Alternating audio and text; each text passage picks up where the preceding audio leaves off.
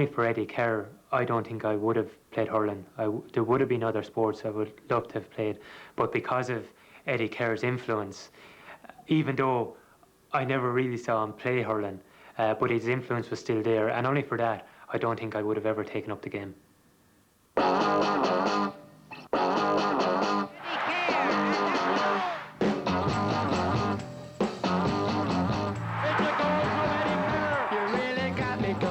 You got me so I don't know what I'm doing.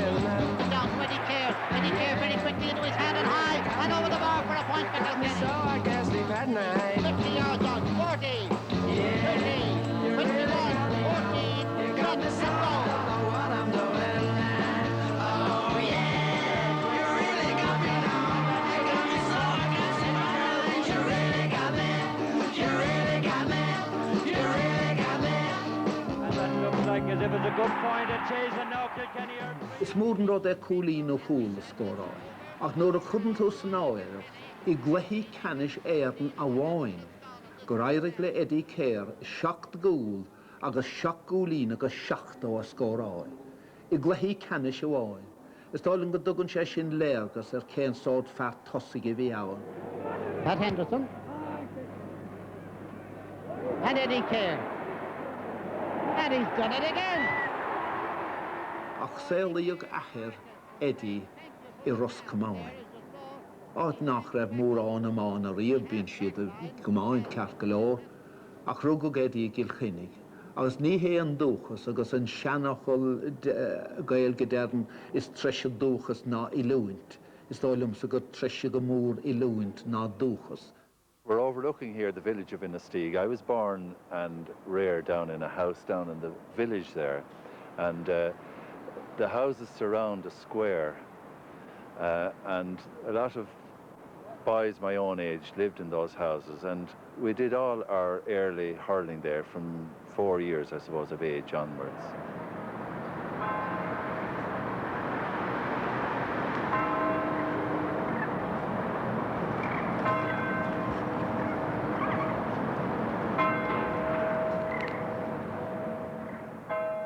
Honnig Eddie isteach an sá in éidir chuir go Keher ó Innistíag.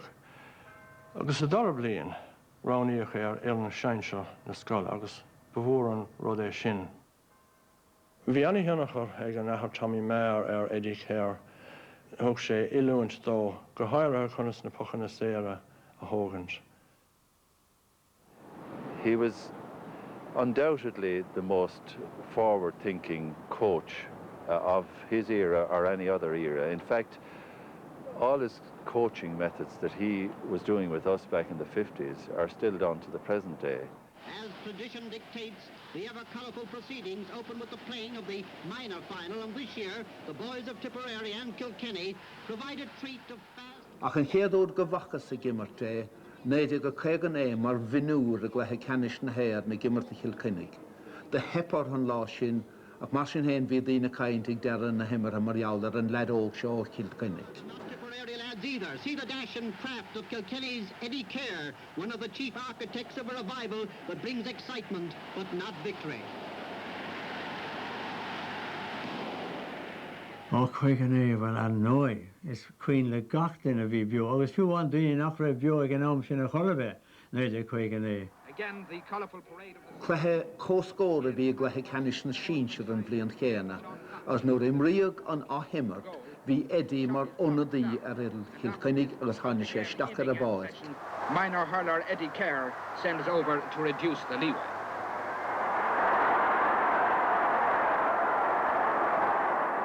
Mar sin is tócha go bhéad faoi rá, gur bé Eddie Keher an téana amána I riamh, a dimmer I glethe canis ile éireann mar vinúr agus mar hínsir an bhlion céana, agus bhór an gaiscé sin. Is beaga hiig mise an lá sin, agus is beaga hiig na daoine a bhí ballathe. Cóhúntaach agus a bheith Eddie insta léhananta agus insta blianta a bhí le teacht. The flags of white and blue and black and amber signify that the contestants in the All-Ireland Senior Hurling Final 1963 are Waterford and Kilkenny. Then the parade of the teams behind the Artane boys band. Tom Murphy passes to Eddie Keher for Kilkenny's point number 2. Dennis Heaslip is taken down, and the unerringly accurate Eddie Keher shoots Kilkenny into a 4-point lead.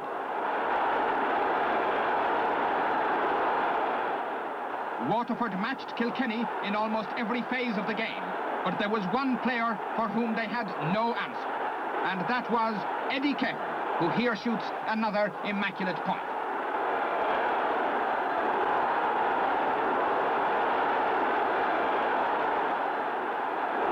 The last score of the match went to, well, of course, to Eddie Keher, who thereby set up an all-time personal record of 14 points scored in an All-Ireland final. The Uncurtain Tiltagama ag Laochra Kilkenny on Laochra.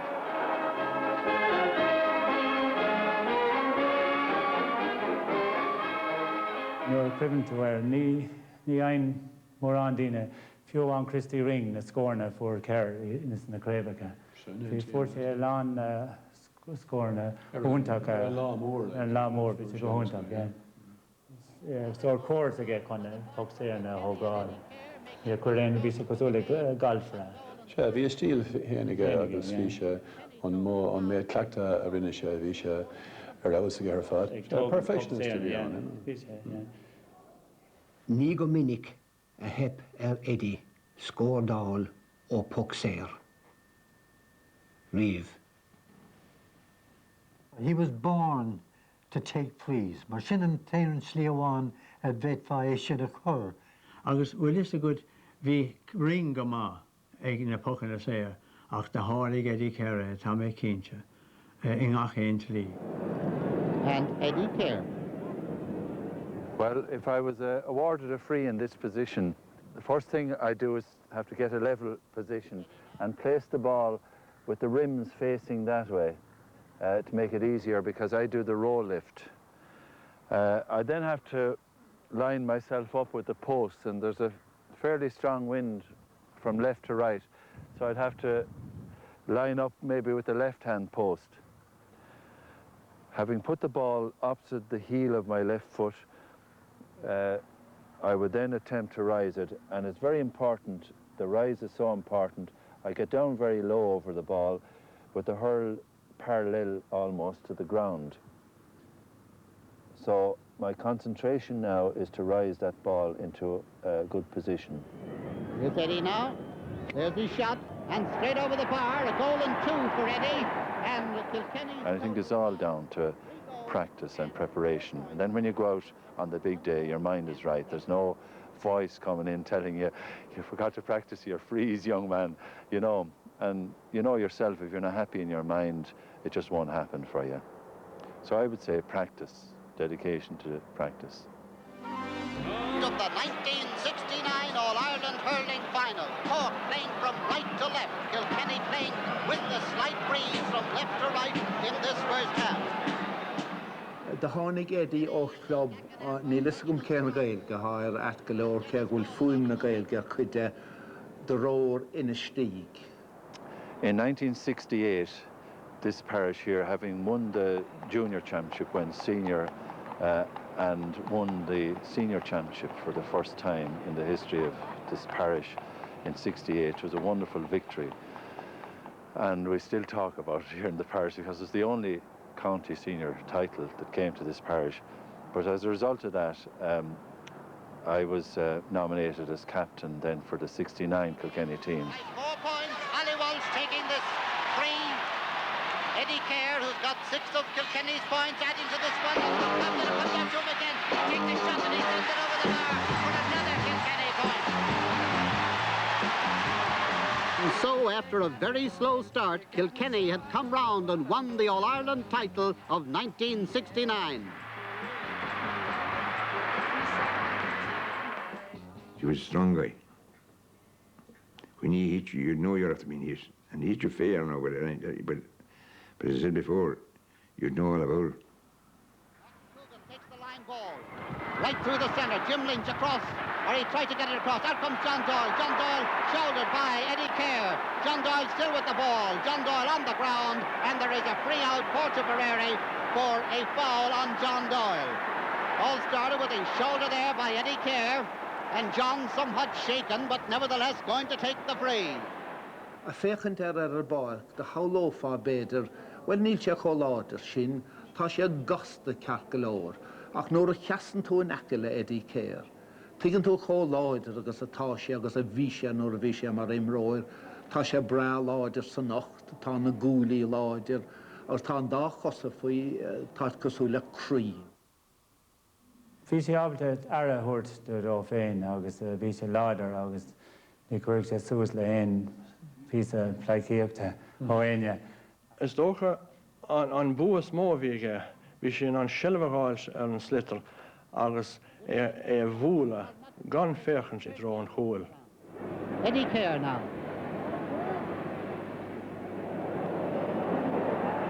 And the way that man does it, he didn't even look to see where the ball was going. He knew it was going right over the bar. No, ní ra bhéon Salachar ag cuint leis an mar mánaí. Bhí sé géirig an tam go léir ní ródáil agus... sé go úsáid na scilna an tam go léir. Agus bhí sé ábhalte corpa úsáid nó bhí sé... Sin ceart. Agus bhí an smachtaige ar an léiróid, déiteach sé áil nóir bhíh sé congar dá, I brab na súil bhíh sé na lábhaige agus thar an trasná. But Hardigan tapping it down and Eddie Keher snatching it up, and it is another point. Another point, Eddie Keher coming across from the left corner. You're a boy Eddie and Slitter, but Yakar Akon. But Yakar aim with the rough, we Yakawan Gorisha go further from her. You're a Vulshe Gatlor on Vosh, Bossan, come on, thinking to. Vulshe Ho Queen Sing, nach we ween doubt, Akar Vulshe Ho Lodges a Datach She Vul.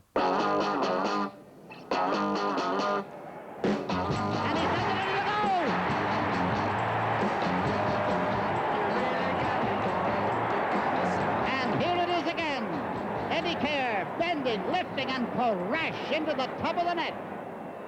Ma former puckpin ois ag am táchtach an cléir. Bhí sé sais guarantee go bheadh sé cool. Here it comes. This time it's gone. It's goal. Agus is minic a fór sé scór a chuir Kilkennig chun tosig. Agus is minic a fór sé scór a thugan bua. And that's the other one, Eddie Keher breaking away there with that, and that's the lead from Eddie Keher for Kilkenny. The old experience and confidence breaking away there from the clear defender and shooting over the lead point. Stoi cáin rudí a chuideile Eddie Keher na ról sin deach misciú de riamh. Brenna seamach ó hain. Cén tíntas gur chá sé net sin a mar a réim a catha. But some years ago I got involved with, at least I was a founder member, I suppose, if you like, of an organisation called the No Name Club, which was set up in Kilkenny in 1978, really to provide an alternative for young people other than having to go to the pub to socialise, an alternative place to socialise. And it became very popular, extremely popular in Kilkenny, and then it spread around the country as other people wanted to know what was going on, and there's a number of them in Galway and Cork and Dublin. There's about 30 clubs operating at the moment, and in fact I'm involved in working full-time with the organisation now. It does, and crossed on it, but Dillon gets it, tapped it back now on the wing to Eddie Keher. Eddie Keher for Kilkenny from out on the far side, high and over the bar. Ní hippiríamh Eddie Keher, glufa canis na héireann, ó híomh scórálaide. Tuair me na sunplay raib. Ní ag seachtú híon, fa se gá chólagus é chólín déag. Ní ag seachtú dó, gá chólagus né gólín. Ní ag seachtú ceir, chólagus é chólín déag. Ní ag seachtú cóig, gá chól agus seach gólín. Tá sé sin duchretí. Agus am léon ní ag seachtú héan. Scóráil sé bhliain ar fad, a glufaí túraminte agus críomh agus sreathe agus chulahort. Scóráil sé 8 gúl agus 140 cúlín. Agus an bhliain sin hára sé cur iirecht Nicky Record. A bhí an óide chuige sé. Scóráil Record 36 cúl agus 35 cúlín. And here comes Michael Crotty now. And this is Eddie Keher, and that's the goal. Come on through. Here is gravity. Well, I suppose the toughest of all opponents I had to meet up was the great Muhammad Ali. Very few fighters, if you take the camera on close up, you see my nose and my face. I'm not ugly. That was back in 1972. I'm not ugly like most fighters. They have noses like that, and their ears are like that. How you feel, champ? I'm pretty. I'm a pretty fighter. The Hani Muhammad Ali Gudin Tirsha. Agus bhí sé tríide mohann seo i barcha cróchaigh le al blue luas. Agus is tócha nuair a tháinig sé gur raibh fána na dtíine thugaigh go gur faoí nachine é de léach mór spóirt an sosa tír. He was a lovely, quiet sort of fella when I met him first, a lot different from what his image was on the screen. So they set up some promotional shots and they asked me if I would show him how to hurl, and I was told to bring out hurls and some slitters. I was trying to get him how to rise it, and he was making all sorts of efforts to rise it, but eventually he did it after a while. And then we went to hit the ball to one another. But as soon as this all started, and as soon as the cameras came and the press came around, he turned into a totally different fella. He started putting on a fantastic show, and then he started fencing with me with the hurls, and he came up close to me at one stage and he said, "Now play it now, we'll do a show for these lads." So we put on a bit of a show anyway. We had some good memorable shots of the occasion. I'm gonna run you out of the ring. And people in Alabama, Mississippi, and Georgia, whoop that nigger! He talks too damn much!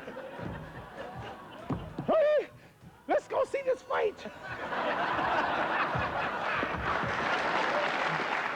And I got him to sign this hurl, and I have it since. It's 30 years now since that great day, and it's a wonderful souvenir to have of the man who was voted the all-time sportsman of the millennium.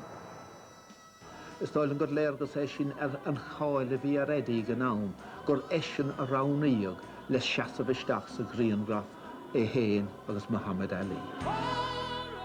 But Kilkenny with Eddie Keher now coming back. This is Eddie. Eddie from way out the field, and that's knocked the point off that lead. Is Eddie working his way across the far side, getting a point from... It should be got going to Ganam that around we foot in the mediation or Yatka Eddie Keher a Varen Widden. She don't move more up.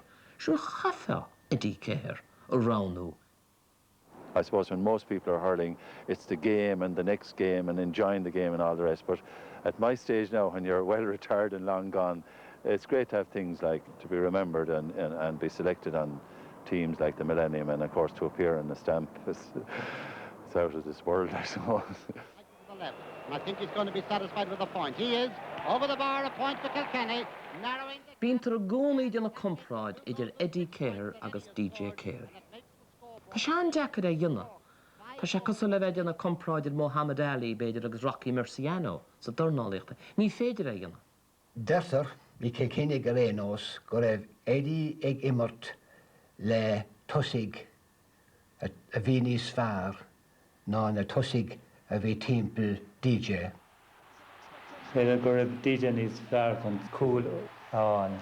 Ja, en team leis sin, is toch go raibh DJ an amani is fearr íomh chun cool áil. Tá bhí Keir níos fearr ag na pocan na séir déing. Se gan doubt a bhí an amani is fearr íomh dócha leis na pocan na séir. Agus go thúnta chun coolíní áil. Ach, déanam is sé méidseach hín gás seo. Hebí cad is fiú mo luach sé píine. Níl hepiríomh Eddie Keher glufa canis na héireann ó híomh scórálaide. Níl is sam go bhéití sin rá amachchas amach fí DJ. Is am glufa canis na héireann ar chúise cíns nach ra DJ chomá agus ba cheart ó bheith. Like with like, it's very hard to compare, especially when you're in the situation yourself, but I certainly would have loved to have played alongside him. Comes to Eddie Keher. Eddie Keher takes a shot. It is over the bar for another point for Kilkenny, and we make it 17.5. Hosnig Eddie and na Craigedy, níor tháinig na All-Stars go dtí néide go 7 héan. I was very lucky to be awarded 5 All-Star Awards in the 70s. They were introduced in 1971, and I got 5 between 1971 and 75. But like to be awarded with other members of other counties on an All-Star team was a great honour indeed. But the real bonus, I think, also was that at that time was the trip to the west coast of America. And none of us had ever been to the west coast of America before, and it was a marvellous trip that we all got away together for 2 weeks to San Francisco, Los Angeles, and did that marvellous trip, and we all have great memories from that era. And of course, I must say it makes an old fella like myself have great heart to see fellas like yourself, Van Larkin and Pat Henderson winning again. Yeah, that was great. I think if you have the heart and the comradeship, you keep going as long as you want to. And you're still going to keep on going, you'll never have enough of it. I will keep going anyway for another while. We'll see how it goes after that. Well, there's the word from the Kilkenny dressing room. And with that sort of spirit, well, it looks as if they'll still be going for the All-Ireland Championship this time next year. Some people felt I retired too early, but you know, I was 36 years of age. It's going to be tough to go around another year, but I'm glad I did, because I think it's better having people saying you should have kept on than you should have retired years ago. Ein duine go bheith faoi rán a héamh go rimar sé feagas stáilm 9 bliana déag dá chún dé I go mórtas na críomha. Is searbhís anna wathe sin. Ní ein cheist faoin nach be Eddie Keher, ceann na daoine is fearr rugar chomán na riamh. Dia tará setanta na hománaíochta. Sé cín go chríomhacha I éireann, tá lán ggólaige go chríomhacha láin, rú sé lígín go bhhain Railway Cup, agus trí cín go bhhain Sranáisiúnta.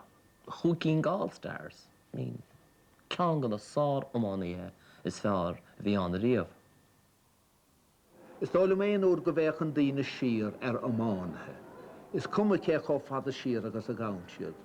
Nach bríoch nítar an córá go míon tagad éag in déanta de Eddie Keher Kilkenny. Arís, sin córhéile den seasamh atá ggé. Gúil ainm bio. Ní raibh sé riamh san aimsir chatte déit bharrá, tá sé fósin san aimsir láthirach, agus is mionlach de imróí go bheith fáil sin aráin a daobh. Apart from the actual playing of the games, I think it's the friends you make, both players you played with and against. So I think it's an overall thing, but I'd say if there's any one thing, it's the playing of the game I enjoyed most. Thank you for the days, those endless days, those sacred days you gave me. I'm thinking of the days I won't forget a single day, believe me.